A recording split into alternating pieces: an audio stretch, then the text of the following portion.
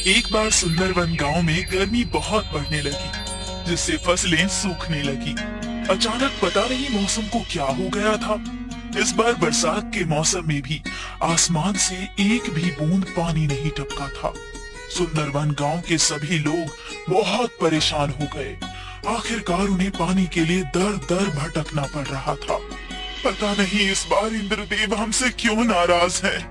बरसात का मौसम खत्म होने वाला है, फिर भी आसमान में कहीं भी काले बादल नजर नहीं आ रहे। मुझे तो लगता है हमारे प्यारे से सुंदरवन गांव को किसी की नजर लग गई है, तभी ये सब हो रहा है। नहीं तो आज तक कभी भी ऐसे हालात देखने को नहीं मिले थे। मैं तो जब भी सुंदरवन गांव का नाम लेती हूँ तो मुझे वो प्यारे प्यारे सुंदर फूल, मन को मोहने वाले नजारे याद आते हैं।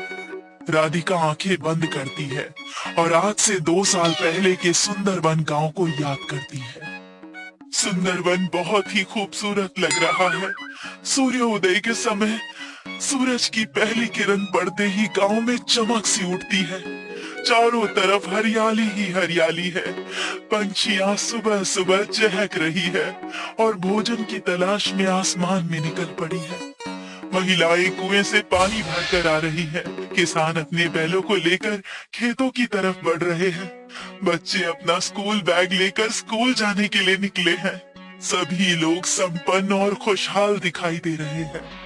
राधिका एक सुनहरे सपने की तरह सबको याद कर रही थी कि तभी वीरेंद्र उसे सपने से जगाता है। अरे कहाँ खो गई? आजकल खुली आंखों से भी सपने देखने लगी हो क्या? सपना नहीं देख रही थी, आज से 2 साल पहले के सुंदरवन को याद कर रही थी। हाँ यार, वो भी क्या दिन थे जब इस गांव में खुशहाली ही खुशहाली, हरियाली ही हरियाली और चारों तरफ चकाचौंध थी। लोग इस गांव को देखने के लिए, यहाँ की खूबसूरती देखने के लिए दूर दूर से आया करते थे। और एक आज का दिन इस गांव में जीना मुश्किल हो गया है। पता नहीं आगे क्या होगा। फसलें सूख जाने से सारे गांव में अनाज की किल्लत है। किसी के घर में भी इतना राशन नहीं बचा है कि वो 1 महीने तक भर पेट खाना खा सके। तुम 1 महीने की बात कर रही हो? हमारे घर में तो ऐसी हालत है कि 1 हफ्ते तक का भी राशन सही से नहीं बचा है। मुझे ही पता है कैसे मेरी माँ और बाबा खुद को भूखा रखकर हमारा पेट भर रहे हैं। हे ईश्वर, हमारी मदद कीजिए, नहीं तो भूख के कारण हमारा ये सुंदरवन गांव एक शमशान घाट बनकर रह जाएगा। मुझे लगता है हमें इस समस्या को दूर करने के लिए अपने गांव में एक हवन करवाना चाहिए। हाँ, यही सही रहेगा। वीरेंद्र और राधिका गांव में जाकर सभी लोगों को हवन के बारे में बताते हैं। सूखे की समस्या को देखते हुए सभी लोग हवन के लिए राजी हो जाते हैं। गांव में भगवान के मंदिर के सामने एक बहुत बड़ा हवन किया जाता है।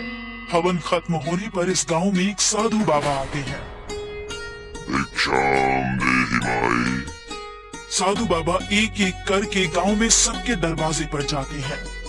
हे माई, ये साधु कई दिनों से भूखा है, कुछ खाने के लिए दे दो। बाबा, घर में तो कल रात से चूल्हा नहीं जला है। मैं एक दिन छोड़कर एक दिन खाना बनाती हूँ, क्योंकि घर में पर्याप्त राशन नहीं है। ये सुनकर साधु बाबा जैसे ही इस घर से निकलने लगते हैं, वो औरत साधु बाबा को आवाज लगाती है। रुक जाइए बाबा, आप मेरे द्वार से खाली हाथ नहीं जा सकते।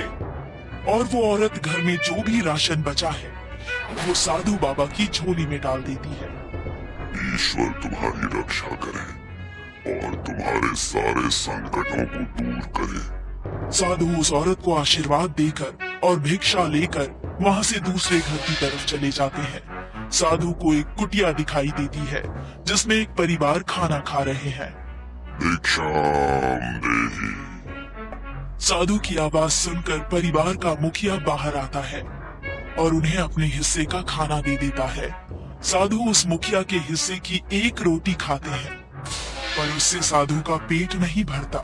साधु के चेहरे पर असंतुष्टि के भाव देखकर परिवार का मुखिया अंदर जाता है और अपनी बीवी का खाना लाकर भी साधु बाबा को दे देता है।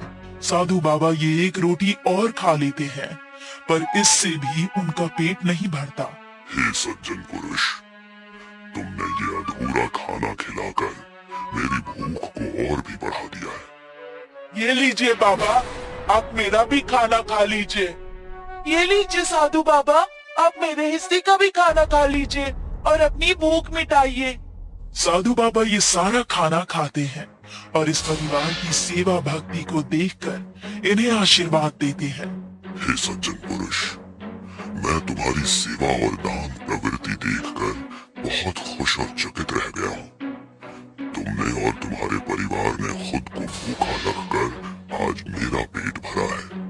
ईश्वर तुम्हारी रक्षा करे, तुम्हारे सभी कष्टों को दूर करे।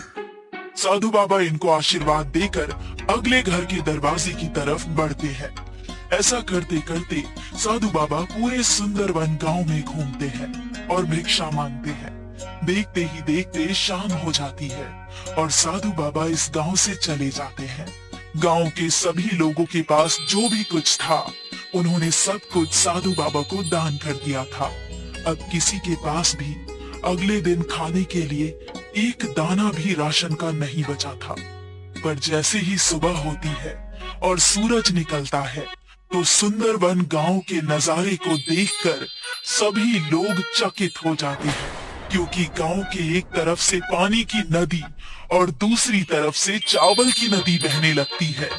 हाँ, ये तो सचमुच ईश्वर की कृपा हो गई इस गांव पर।